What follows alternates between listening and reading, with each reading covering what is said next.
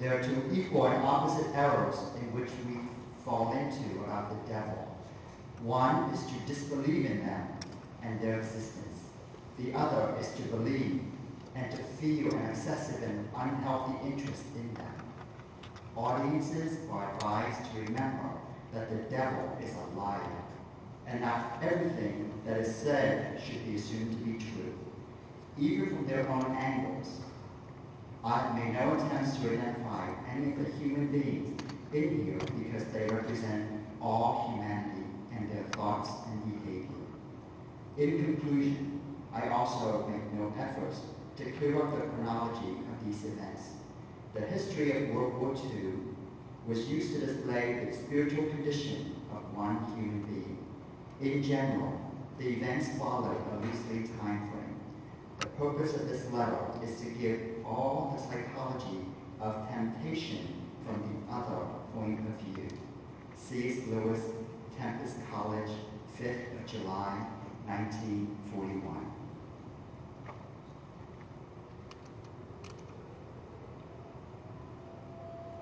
Welcome, everyone, to this annual graduation ceremony. It is custom that I, Headmaster Pride, speak on the behalf of Tempest College. This institution has been established since the fall of man by our Father below, where we seek to equip our students for the very purpose to kill, steal, and destroy. With great pride, we congratulate those young demons among you who have just graduated, soon to be assigned to your patient on earth. In the expanse of the next 4 years, your very own professors in all 7 subjects will guide you. Greed, lust, wrath, sloth, gluttony, envy, and last, but always first, pride. Be certain that you do not stray from your path while making every effort that your patient does. This should not be difficult, since humans are dumb, blind, and easily manipulated. Oh, look at how they crawl around upon the ground like mindless sheep. One by one they walk into our slaughterhouse without having a clue. They're shaped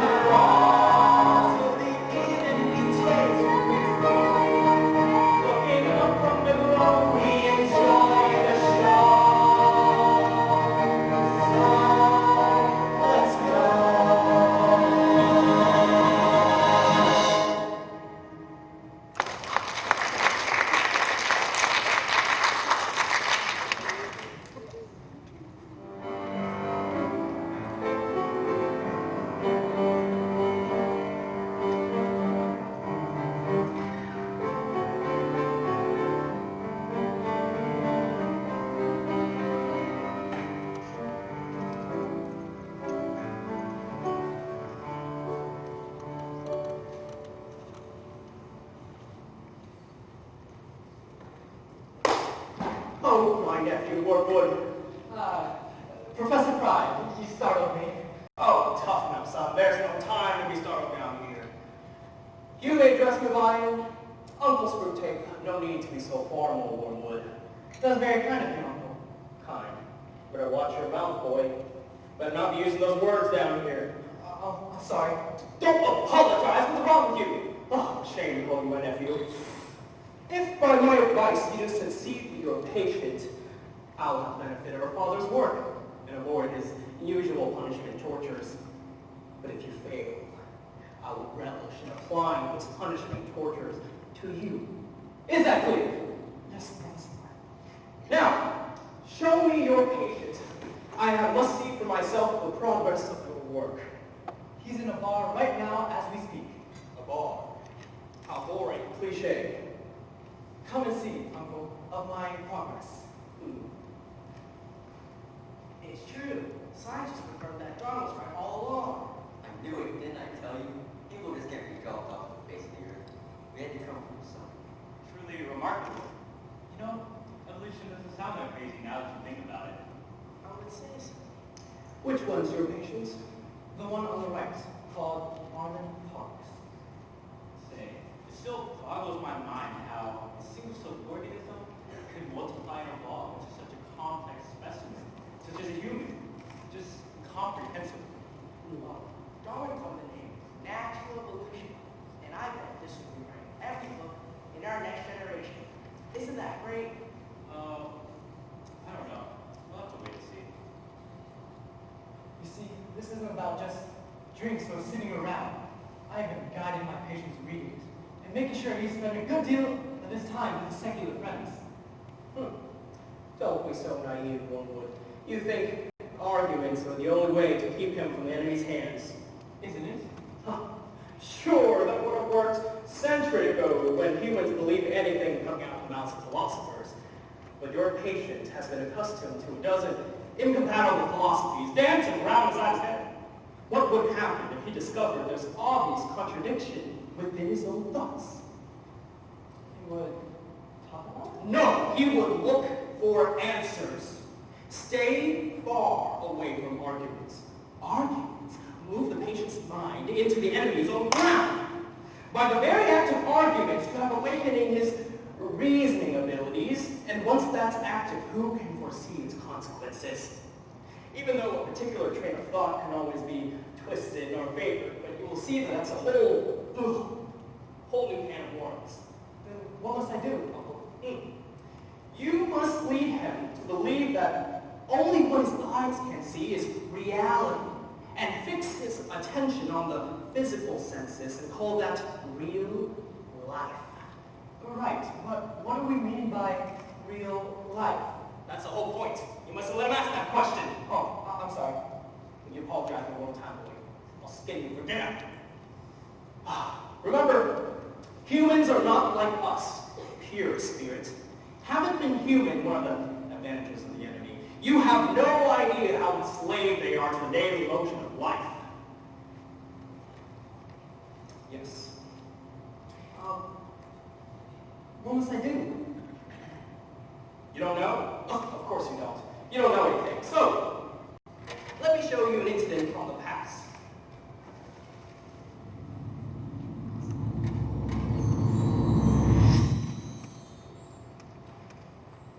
Where are we? Have you never taken your patient to the History Museum? No. You should.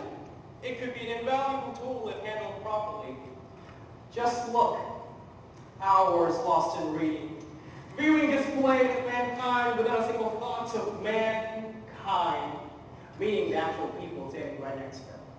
But you will see that even with this mindless future, how it almost went north for me, just by one simple thought while reading. All this remains of history? Is this all we have to show for our lives? Is this all we are? There has to be more to this world than this. There has to be. Oh, that's not good. Yes, and that was from a sound atheist.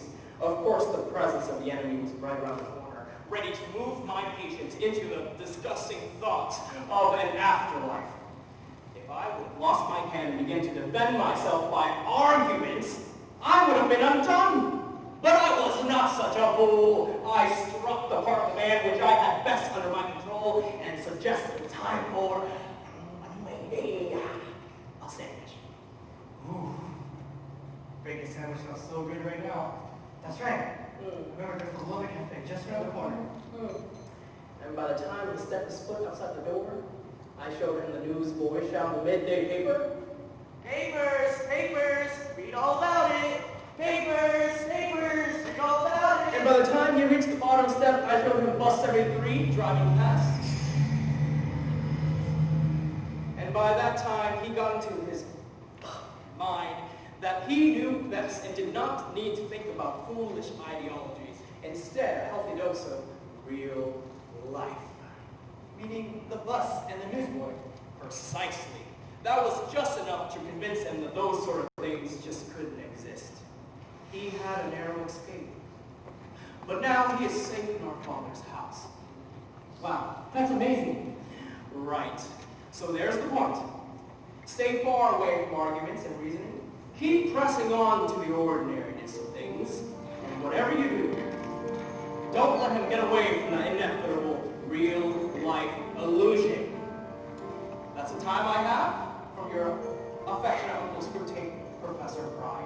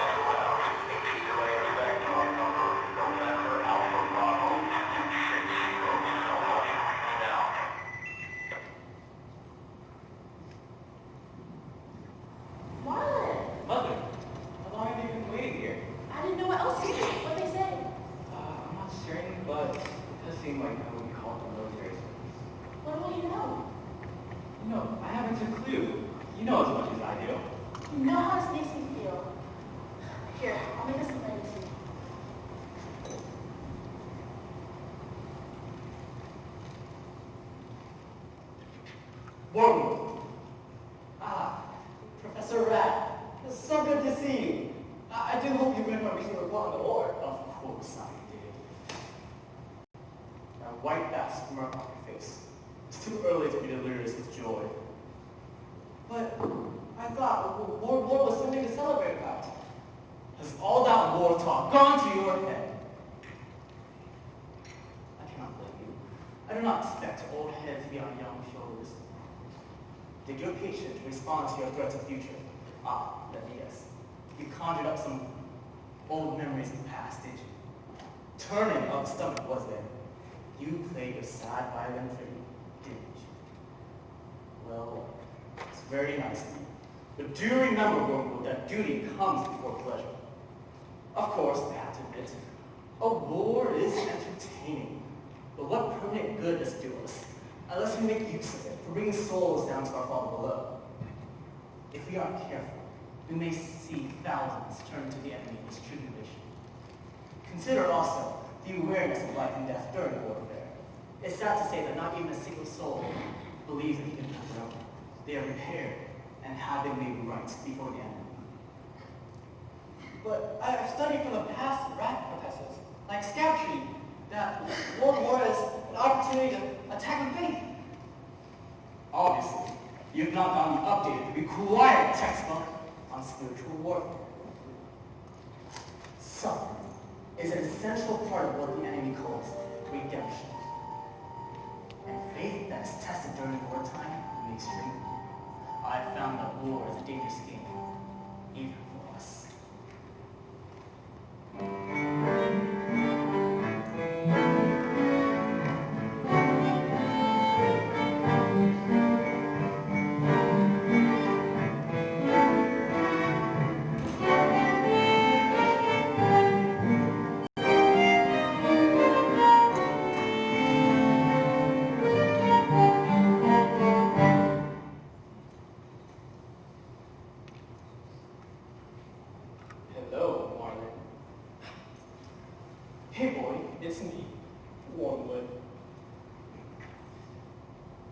Hello, Marlin Parks. Xin chào. What in the name of Satan are you doing? Oh, you see, I was practicing. Practicing? I was gonna make an appearance. An appearance? To Marlin in his dream, or something maybe in the shadows, or under his bed. Under his bed, really? Like a boogeyman? Yes, well, no. No. We must keep our existence veiled to the naked eye. Why, if I may ask? But I thought, no. Times are different now, and we must answer to the higher command of the Dark Lord. Our policy for the moment is to conceal ourselves. It's quite a cool dilemma, you see. When humans disbelieve in our existence, we lose all the joy of the direct terrors of invisible possession. But when they believe in us, we can't make them skeptics, materialists, or other contracts. We must keep them ignorant of the spiritual forces working around them, at the same time making them deny the existence of the Creator for some life force. Wait, but isn't that a contradiction? To believe in the forces, but deny the spiritual ones? Yes, but they don't know that. I assure you that you will have no problem keeping your patients in the dark, since we have made great strides to humanize, popularize, and sexualize demons. So if any faintest thought of your existence arise in his mind, let him picture an image of a woman in red tights with cute horns and a sexy tail. And since that is so ridiculous, therefore he can't believe in you. Wow, thank you, Uncle Screwtape. I don't know how to do without you. Die.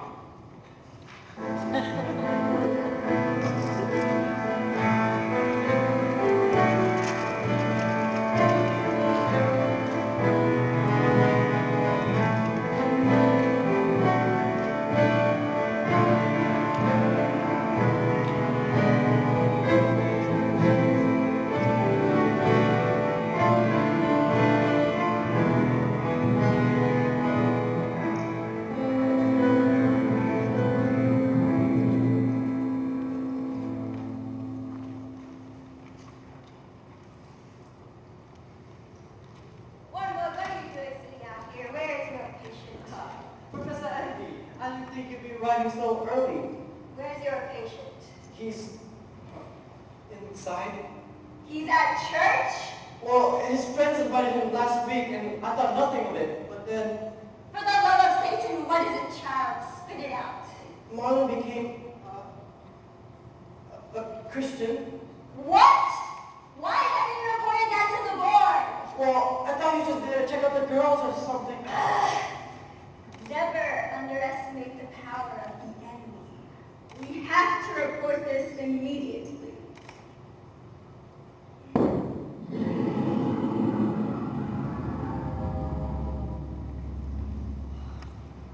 What is the emergency? It seems as though your nephew has let his patient slip right into the enemy's hands, and he's given his allegiance to them. Wormwood, don't you think you escaped the usual punishment of tortures? You realize that if patient really did give himself over to the enemy, you know it must be done. I assure you I have not forgotten. But we must make the best of the situation. Do not despair, my sweet Wormwood. Hundreds of these converts have returned after a brief sojourn to the enemy's hand and are now safe with us. This dark and dirty habit are still in our favor. Who else is right? This isn't such a big deal. The church is also our territory. Not only look at the church as the beacon of light, piercing every darkness. The bride of what makes her very most quickly. Fortunately, all this is invisible to humans. All they see is the half-finished, money-driven church event society church. Not to mention define the church as the building and not the people. Very clever, Professor Sloth. You have caused a great deal of damage in the church. It's not hard to convince lukewarm people not to care or act like everything's fine with fantasy. Very good. Professor Sloth, you will be assisting my nephew in in this coming week? Gladly. Here, try this. When your patient enters the church, make sure he thinks everyone here is perfect and you never understand struggles. When he gets his pew, make sure he sees his friends and everything he doesn't. I can tell that suffering or great wars is what he's saying. No matter. Let him focus on the trifle. So that too, rose and nasty damage. The patient will quickly believe that your religion is ridiculous. At this stage, the idea of Christians is still easy to That's very good news to hear.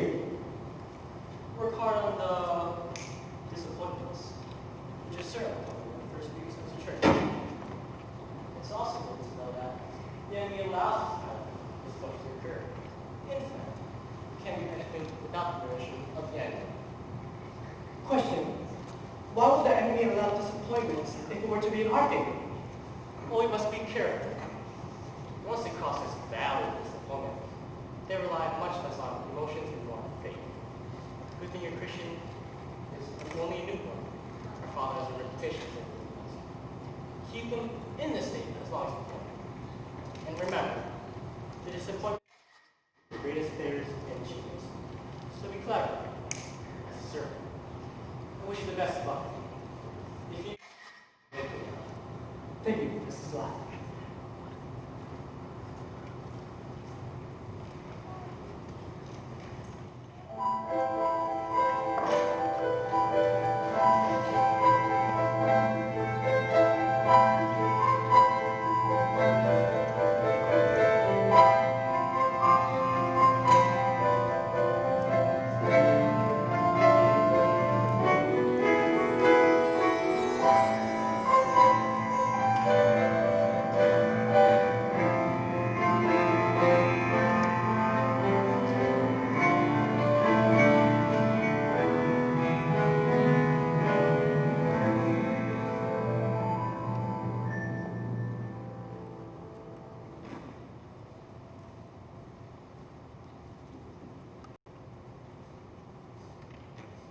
Ooh, this smells delightful, Mother.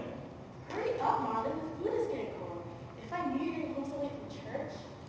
Well, I don't always know how long passions are for. It's just that we've been eating lunch later and later on Sundays since you've been in this church days. Church days? Please, Mother, let's not be so ponderous then. Well, I don't know what else to call it. Let's not call it anything! Do you want some more chicken? No thanks. I had a lot to eat at church. Wormwood, I'm very pleased with your patient's relationship with his mother. Oh, praise Satan. I've been working hard on very simple miscommunication, all the way down to deep corruption.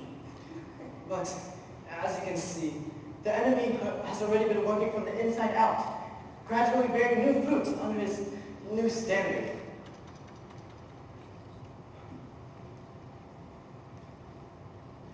Look, Mother, I'm sorry for raising my voice. I didn't mean to. It's all right, dear. Bloody boogers. The enemy may reach that old fart at any moment. You must not let that happen. How can I do that when he's been praying for her every night? Already? Ugh. I expected so much more from you. Such a shame. Now, Wormwood, you must keep in close contact with our colleague Bluebos, who is in charge of the old hag. The two of you must work together to stir up in the house an annoyance. Daily bickering will do. The following method will be useful. Start off by keeping his conversation somewhat personal, and it should not be shared within the house. Make sure to keep his mind focused on his mother's problems and mistakes, without really thinking about his own mistakes. Encourage him to practice self-examination for over an hour without discovering any of his sins, which are perfectly clear to his mother. What must I do about his prayer life? It is no doubt impossible to prevent him from praying for that hag, but we have ways of rendering the prayers so that they become powerless. Make sure his prayers are super spiritual, to the point where it's just unrealistic wishes.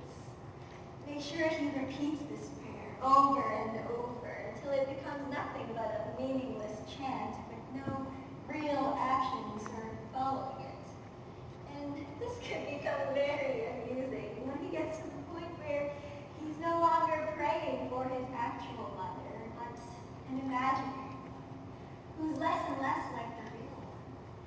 I've had patients of my own trained to pray for his wife and son in one moment and then beat and insult the real one in the next, without a thought in between. Lubos, do you have any valuable advice or insights for our patient's mother? Yes, in fact I do.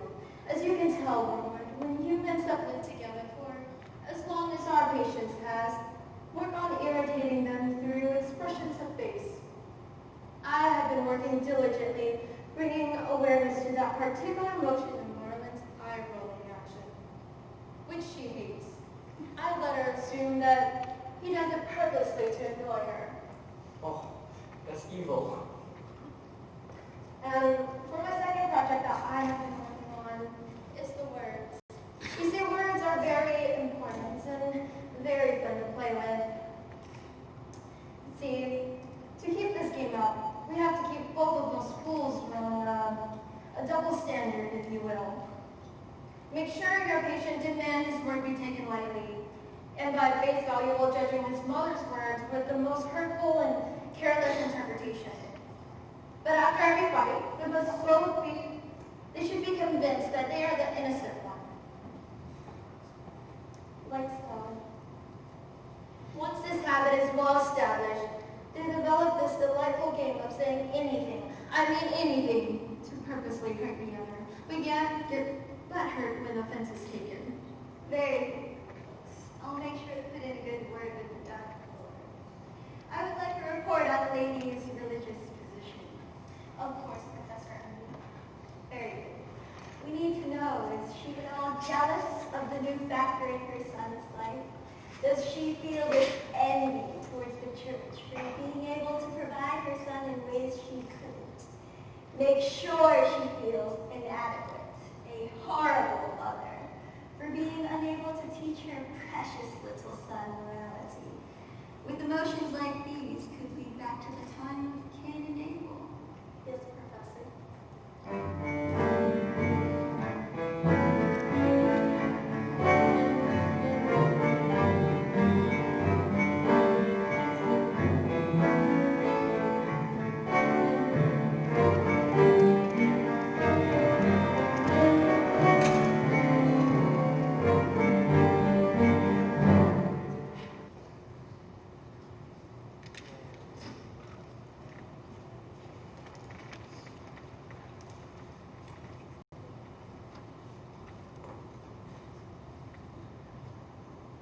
What? Mother, Lucifer. Oh, what are you doing here? What are you doing? You know, an empty mind is the devil's workshop. I was working on something. What are you working on? Doesn't matter. He's going to sleep anyways. I was trying to keep him up late again. Wait, who are you? Toadpie, secretary to Headmaster Pride. He sent you a letter. Alright, guess I'll take it. Sign here, and here, and here, and down here. Wow, you really love your job, don't you? It really has its moments. Sign here, and here, and here. Are all those signatures necessary for one letter? Absolutely not. I did that purely to annoy you. That's when I enjoy my job the most. Goodbye. During our last session with envy, it has been clear that we need to talk about the painful subject of prayer. Great. Plan A. We must make him believe that prayer is a mystical concept that has no real effect on his physical state. Separate the physical and spiritual world in his mind as far as you can, for they consistently forget what you must always remember, which is that they are both spiritual and physical creatures, and that one state always affects the other. It is amusing how mortals picture us putting things into the minds, but in reality, our best work is done by keeping things out. But if you fail, you must fall back on a simpler deception. Plan B. Whenever they are praying to the enemy himself, we are defeated. There are always ways to prevent him from doing so. The simplest is to turn their prayers away from him and into themselves for answers. When they are asking for love, let them instead try to manufacture love for themselves. When they pray for courage, let them feel brave. Let them value the success of each prayer by being able to produce the desired feeling within themselves and without the help of the enemy. Plan C. The last but most favorable misdirection. If you look into his mind, he prays. There are plenty of ridiculous images of what the patient is actually praying to, like the painting on the wall of the enemy in flesh while he was on earth. I actually have that hanging on my wall. Or his own imagination of the enemy is always fun. But the best misdirection is when the patient prays directly to an object. I have seen cases where the patient calls this God. He actually, the wall in the corner, or the crucifix on the wall. Whatever it is, you must keep him praying to it. The thing that he has made, and not the person who has made him. But be warned, wherever there is prayer, the enemy is there. We are in danger of his immediate action. He wants to make his little vermins into what he calls his free lovers. Sons is the word he uses, desiring their freedom. He was sets before them, a force, and refuses to force their allegiance. To any purpose he sets before them, he leaves them to do it in their own will. And there lies our opportunity, but also our danger. Because free will, though it makes evil possible, also makes possible any true love, goodness, and joy worth having. If you have any more questions, don't hesitate to write back. Your affectionate Uncle Screwtape.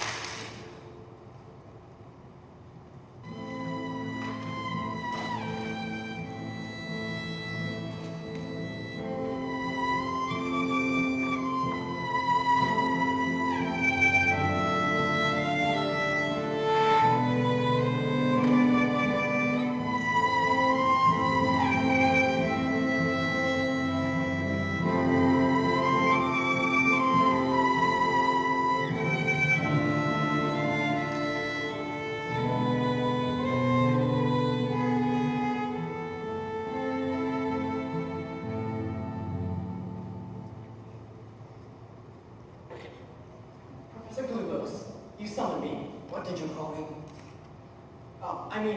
Professor Gluttony. Yes, I did. Do sit down in that spike. Right, I'll stand, thank you. So, your recent reports say that you have great hopes that your patient's religious faith is dying away. I am most encouraged. I always say that this institution has gone sour ever since they put Screwtape at the head. And now I'm sure of it. Has no one taught you about the law of undulation? Undulation. Sounds familiar. Humans are like amphibians. They are half spirit and half mortal. The Maker's determination to make such a revolting hybrid was one of the reasons our father withdrew his support. As spirits, they belong to the eternal world, but as mortals, they are trapped in time, stuck in a constant flow of change, up and down, up and down, a series of peaks and lows. And if you look closely enough, you can see this flow of undulation in every area of his life, from his interest to his work, his affection for his friends. Like his physical appetite or his mood throughout the day. Yes, child. Don't they teach you anything at Tempest College? As it says in the Book of Light, there is a time for everything under the sun, a cycle of seasons, which will do us no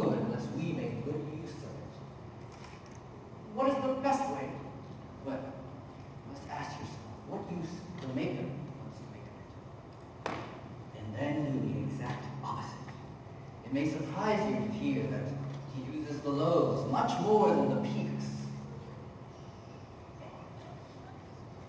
You better start writing this down. Right. The reason is this. To us, humans are primarily food. Our aim is to consume their desires to our will, while the enemy demands freely chosen obedience. We want cattle who can finally become food, while the enemy wants sons who can just, I just hate to think of it. But we suck in while he gives out. We are empty and would be filled while he is full and flows over. I guess that's why the lows were so important. Precisely. It is in these low periods that he leaves his creatures to walk on their own 2 feet to become the creatures that he wants them to become. Oh, it's disgusting. Makes my stomach turn to see a human reach rock bottom, yet still trust and obey. Nevertheless, I will write a letter to Professor Lusk to instruct you on how to use the lows in our faith.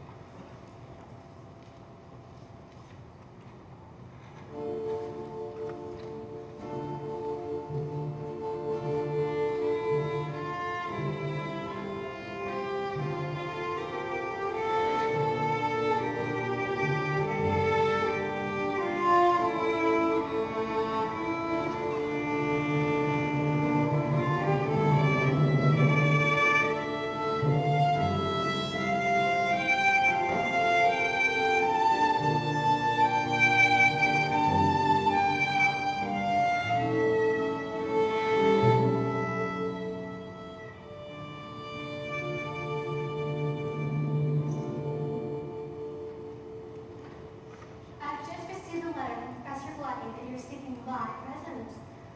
It seems that your patient is at a low state of spirit and mind. That's correct, Professor Lusk. I just wasn't sure which direction to take. Well, I have found the low periods provide the perfect opportunity for all types of sexual temptations. Well, I would think we would use the peaks for sexual temptations because of the physical energy. That's just foolish. You must remember that the power of resistance is also at its peak. Therefore, it's much more successful to attack when a man's whole inner world is cold and empty. Also, never forget that when we are dealing with pleasures in its natural and satisfying form, we are, in a sense, on the enemy's ground. But I thought pleasures are deceitful and we have won many souls from it. Yes, but then again, pleasure is the maker's invention. It's not ours. All we can do is to encourage the humans to take these pleasures at times or ways or degrees to which the maker has forbidden. Hence, we ought to work away from the natural function of these pleasures, to which it is least natural and ultimately least pleasurable. Write this down. An ever-increasing craving for an ever-diminishing pleasure is the formula. To take one man's soul and to give him nothing in return. Now that is what really gladdens our Father. I'm starting to get this. Promise them love, let them settle for lust, and then leave them high and dry. Precisely. Oh, these fools will be playing this love trap for years. What I see in their eyes is a captivating emotion. True, lies comes what they're dreaming of. Like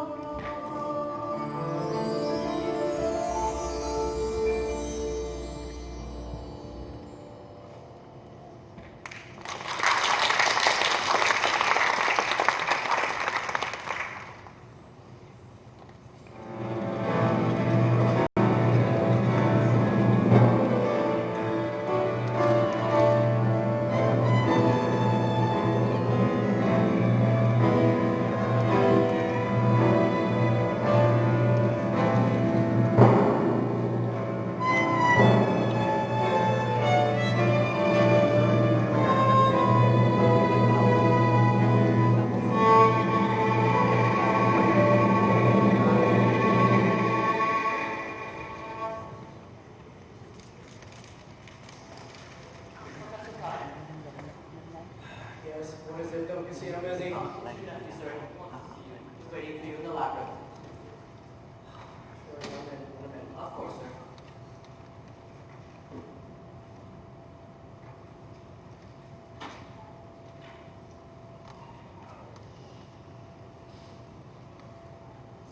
Can't you see this is not visiting hours? Yes, I'll make it quick. May we go back to the points you made in our previous session? I want to be clear for the record. Sure.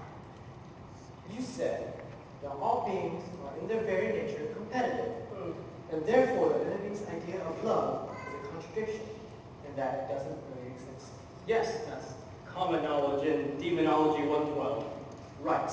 But then you warned me that he really loves the human vermin, and he wants their free will and eternity. I quote, "Free will, though it makes evil possible, is also the only thing that makes possible any love, goodness, and joy worth having." Is that correct? I want to understand when I repeat this at your trial. Trial? For heresy. Heresy? Oh, I see your point. My dear nephew Wormwood, I had assumed all along that our conversations were confidential between us. Confidential? Yes, it would be. Anything up here is heresy, if you take it out of context. And it would be unorthodox to repeat anything I've said. Really? Yes. Come back. Have a seat. Let me explain myself. Well, only this word is. I'm listening. Get out. My words probably slipped. We all know the enemy can't really work with little vermin. That's impossible. It doesn't even make sense. According to Demonology 112, it says, the antagonist's love must be a disguise for something else. He must have some real motives for creating those humans and investing so much time for them. No one knows his end game. That's the insoluble question. That's why our Father doesn't trust him. That's right. Right in the beginning stages of creation, the Creator freely confessed that he foresaw the cross. And our Father asked for an explanation, and he gave no reply except to produce this ridiculous story of unconditional love, which has been circulating ever since. Our Father could not accept it and asked for an explanation. He gave no reply, so he made the right choice to leave heaven along with 1/3 of us. Is that enough for your nephew? Yes, Uncle. Very good. And about the other matter, so-called heresy? Think nothing of it, Uncle. Thank you.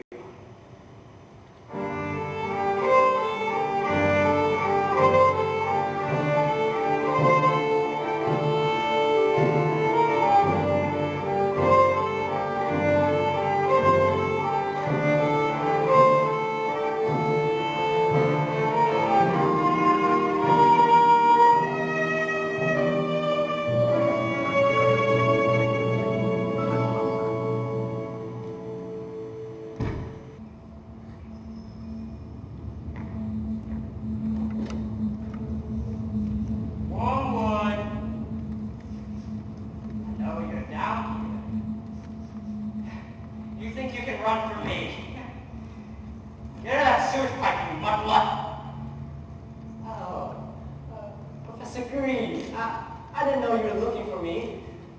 Satan, I've read your latest report. You slipped up.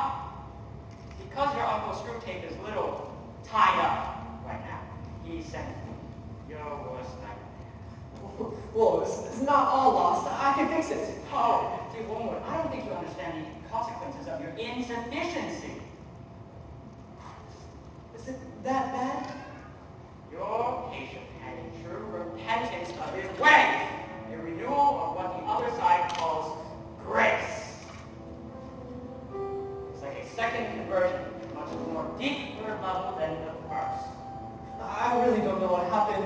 I was working on his fantasies in one moment, and then, bam! I have no control anymore. youngest soul. Presence of the enemy is here. You fool! Your one job was to separate him from himself. Now all your progress has been undone. But I thought the enemy wants to detach men from themselves. Are we doing what the enemy wants to do? The enemy wants to detach men from themselves from a different way from our purposes. When he speaks of this, he means to detach men and have them abandon their self-will to submit to his. Once they have done that, they will be more themselves than ever. That is why we must convince the patient that they know best, that they are always right. If the patient likes to give, then let him give. Let him justify all his sinful actions by how much he gives. If he likes to go to church, then convince him it is already enough. And if he likes to pray, then let the idiot mumble for hours to feel better than others. These little tricks he used to catch that vermin from the truth. Let's say the little vermin likes to, I don't know, read the Book of Light. Does he now? Well, have you read it? Only twice, Professor. Kiss, kiss, kiss. I expect much more from you, Walwood. But as long as he does not convert his readings into actions, and it does not matter how much he thinks, more often you feel without acting, the less you will be able to act. And in the long run, the less you'll be able to feel. Got all that? Yes, Professor. Wonderful! Now run along. I have other demons to torture.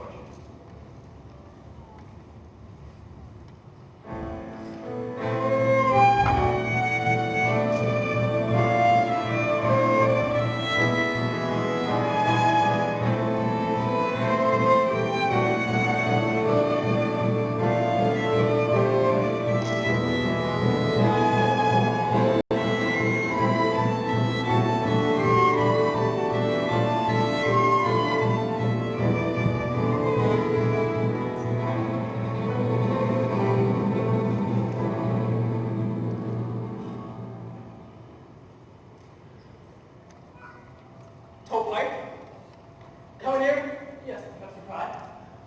I need you to make a phone call to my nephew, Wormwood. I would do it myself, but as you can see, my arms has not grown back yet from the interrogation. Right away, sir. And stay here just in case I need anything. Of course.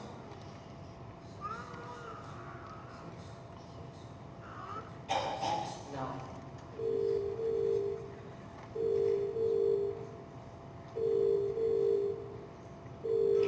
How's it going? Wormwood speaking.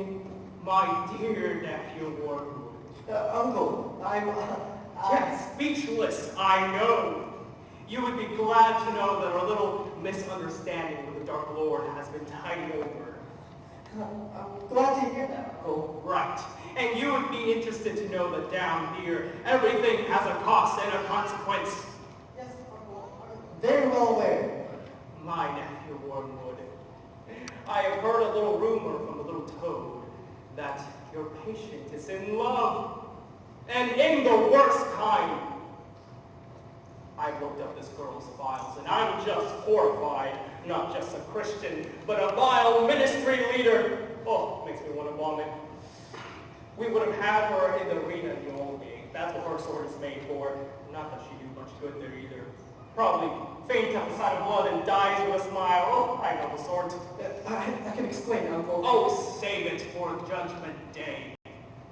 And of course you would let your patient meet her whole family.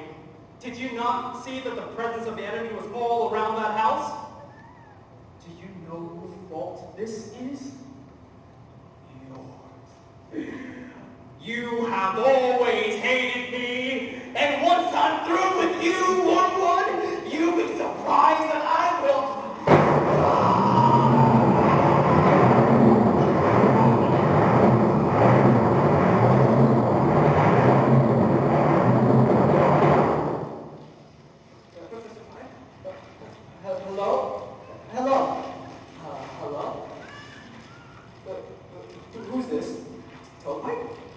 Yeah, let me attempt to explain.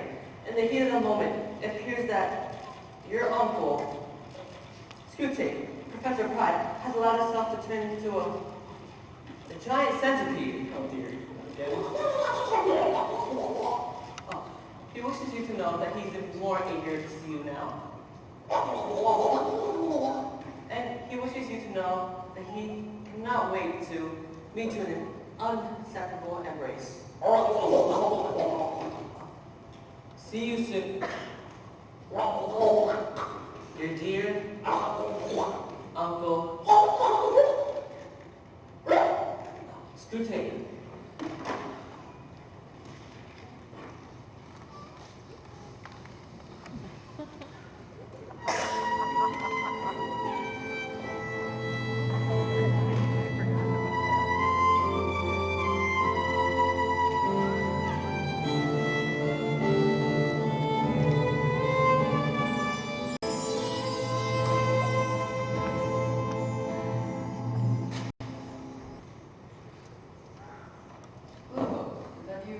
Yes. Professor Gluttony. Good to see you. Is everything okay? If this is about the icy hot and filling break, it wasn't my idea. No, this was not that. Okay. We can talk about that later. Of course.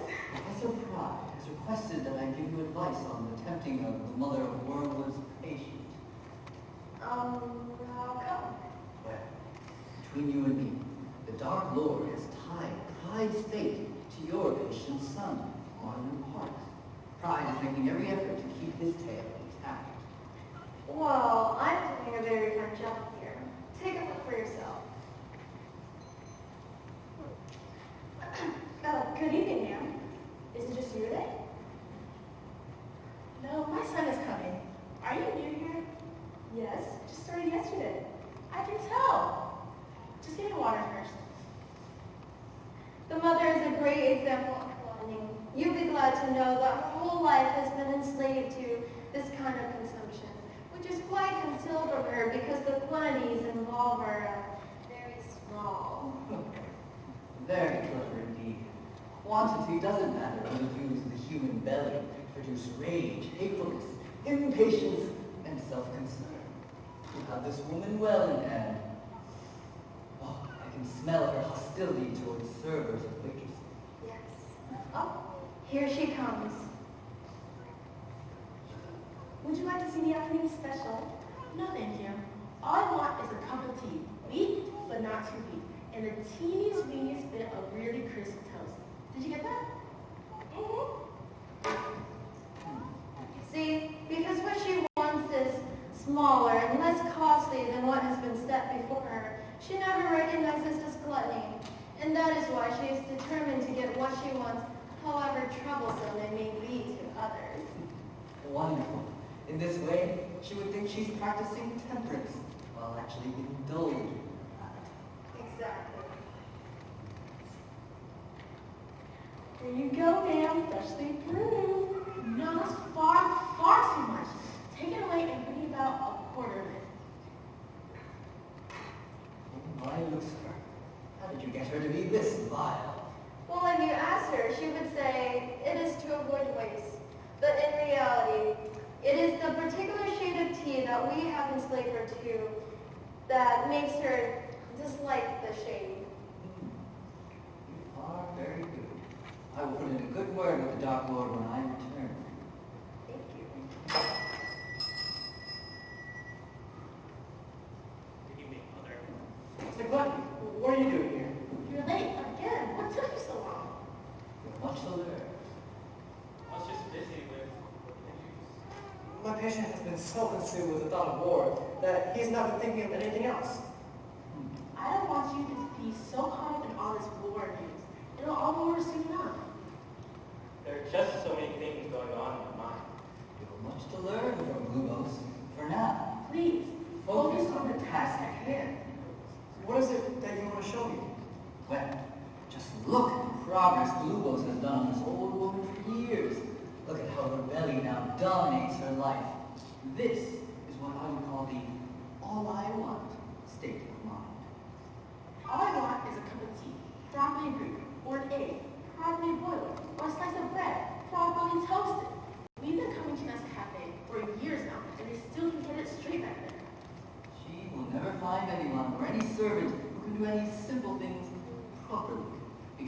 demand for proper is so precise, so exact, almost impossible, and it is something she thinks she remembers from the past. In fact, this is the source of many of the judgments around her, as well as her son's embarrassment for many years. That's right. I have been seeing that. But as you know, males are not as easily caught up in the all I want camouflage. Males are best turned into gluttons by use of their pride. They often think themselves as very knowledgeable about food. You should give it a try, Wormwood. All right. No, Mother. If you want the food to be cooked properly, you have to go to this restaurant down the street. It's the only place that makes food properly. I would know. Very good, Wormwood. And what begins as vanity can only gradually be turned into habit. At this rate, he will become a professional.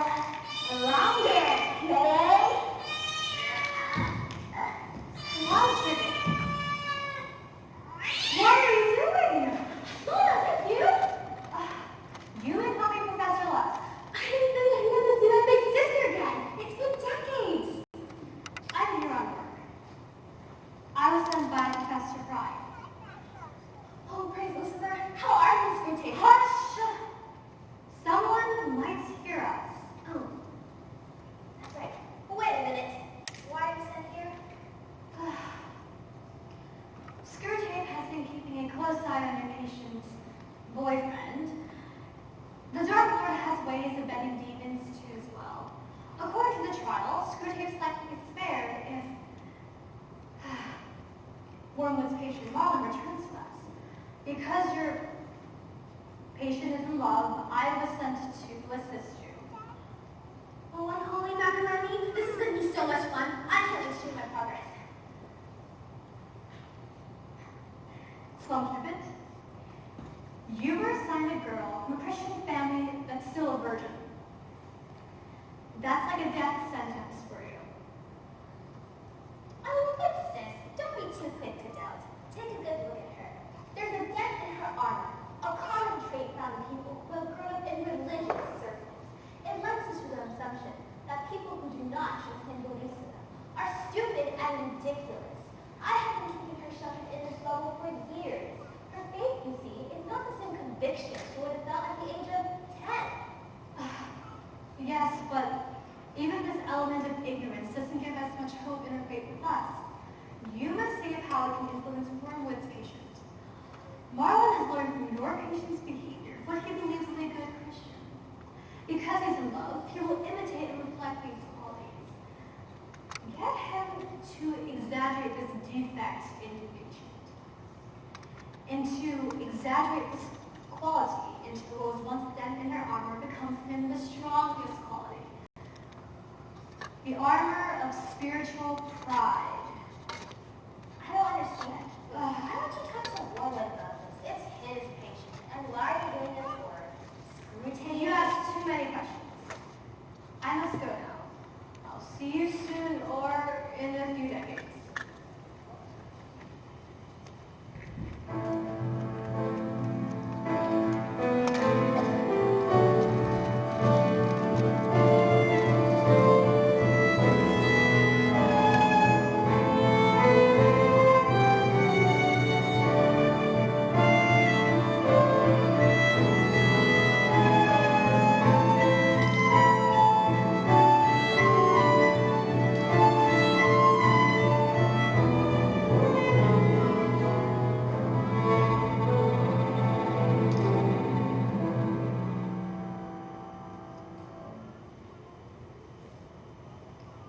Professor Rath, what is it, Wormwood? I have a question on my recent paper report. Why is it all ripped up? Because I didn't like it. When I told you not to write rubbish about the war, what did you do? You wrote a lead about the death of men and destruction of cities. Do you not realize that the patient's death at this very moment is precisely what we want to avoid? Just think. Your patient has left his worldly friends. He's fallen in love with an devout Christian girl. He's becoming immune on some levels of attack. And every effort to corrupt his spiritual life has been unsuccessful. He will be a loss to us if he is killed tonight. And your uncle will not be happy about that. Why does it concern him if my patient dies or not? World, it concerns all of us. If he dies, you lose him. If he lives, there's always hope. Time is your ally. It is better for him to grow old and prosperous, because prosperity knits him into the world. He feels that he's finding his place in it, when in actuality, it's finding its place in him. Got it? Is that why younger men are more willing to go to war than older men? Because they have less to lose? That's right. That's why the enemy has oddly designed these creatures for heaven, and therefore, their souls are never quenched anywhere else they call home. So, I guess we build a firm attachment to Earth, like his reputation, his circle of acquaintances, and his sense of importance. Very good. The longer we have him, the better we are able to establish in him a sense of home on Earth. And do me a favor. Whatever you do, keep Marlon as safe as you possibly can. Does Marlon matter that much to everyone? You have no idea.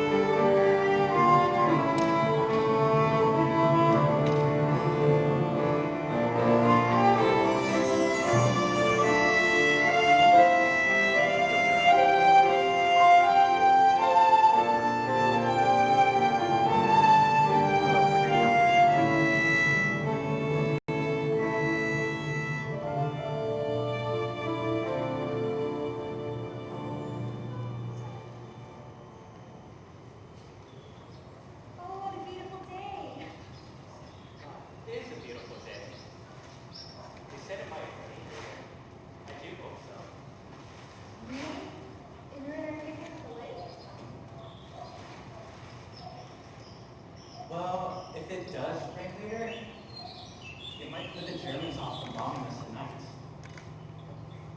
I never thought of that. You're so clever.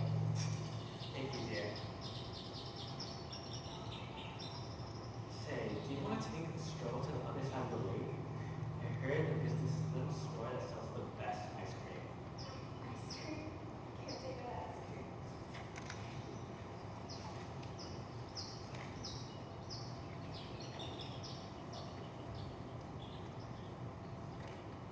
Oh, watching them flirt made my goosebumps have goosebumps. Now, where are they? Warwood, Slumshriven, come on out wherever you are. We heard you in the garden, and I was afraid, so I can. Why don't you allow them to enjoy themselves? The one thing I told you not to do. Should I turn the servant and scare them away? No. Should I blow up the ice cream truck? No. We must think in broader terms. Sure, these actions are fair, but that would only allow Marlon to be noble and kind, which we don't want someone to see. Worse, it would give them a memorable moment they would cherish for years. Dating are the times for sowing these seeds. It will sprout 10 years later into domestic hatred. We must learn to date beneath the problems and the emotions hidden underneath it. So, look. Basically, yes. I'll rip off his clothes, got it? For the love sake. But why not? This could be fun. That would scare off the poor girl. We must not always think of instant gratification of flesh, but in broader terms.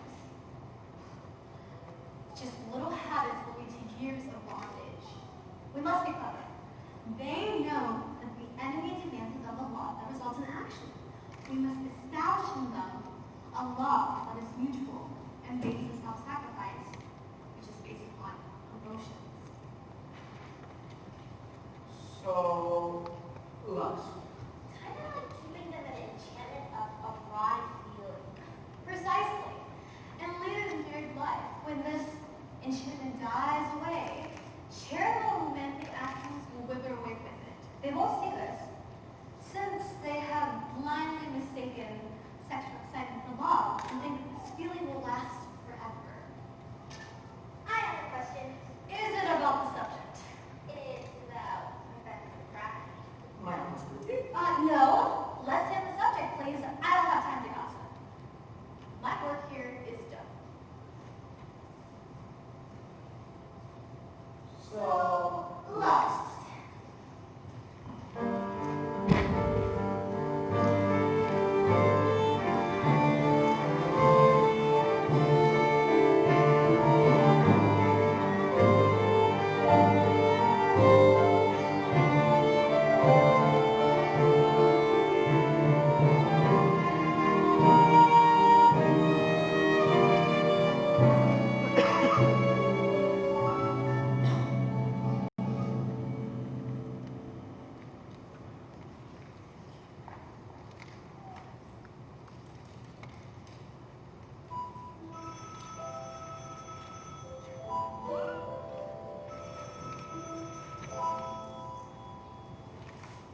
Hello? Marlon? Oh, it's so good to hear your voice. Sweetheart, is that you? Oh, I'm so relieved to hear your voice after the ball last night. It's pretty bad. Terrifying, actually. Did you get to the shelter? I was far too busy for that. A bomb crashed through the roof of Mr. Brown's house and blew him and his bed through the front of the building onto the other side of the street. Oh no. But he's alright. Only a broken bone or two. He's recovering well. Which is more than I can say about Mrs. Brown. God rest her soul. It was awful. The bombs kept coming and coming. The main gas tank was hit and started a fire at the old warehouse. And as they were sending for help, those trucks were bombed as well. You're so brave, darling. Brave. If that consisted of shaking knees, sweaty hands, and bloodshot eyes, then yeah, I suppose. I do love you, baby, now. I do love you too. Say, do you want to go to the lake again tomorrow? I have duty in the morning, but Yeah, but of course. Tomorrow. Good night.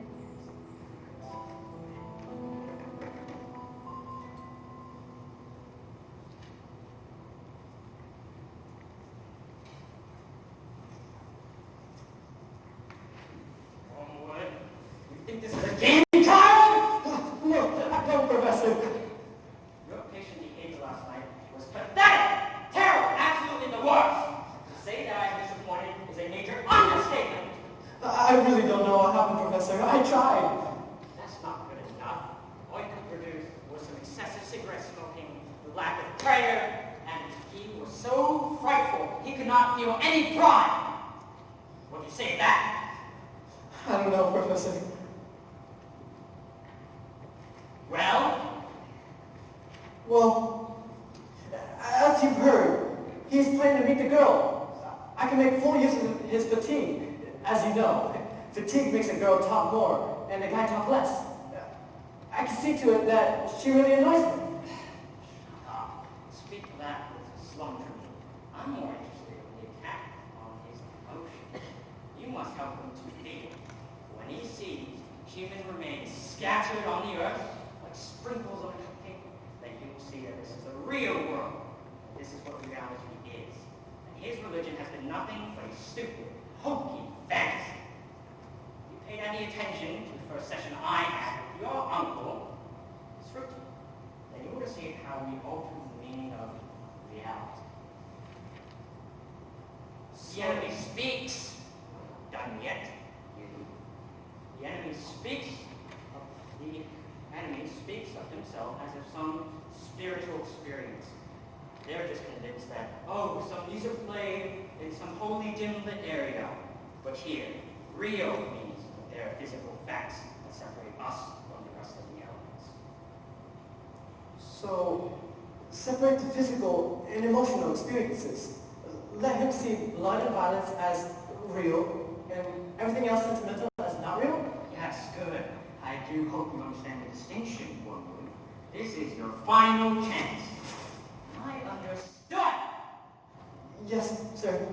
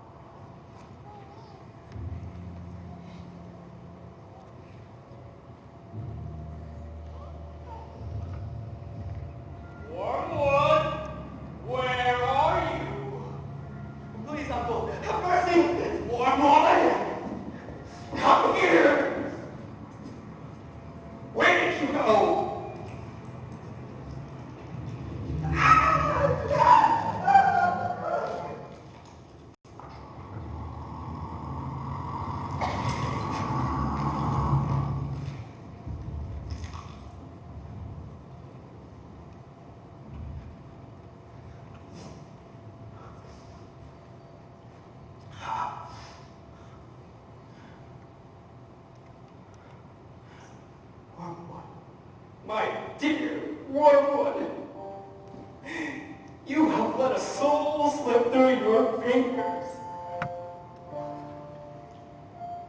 The grief of our loss is echoed from all the levels of hell, down to the very throne itself. Did you see it? There was a clarity in Marlon's eyes as he saw you for the first time.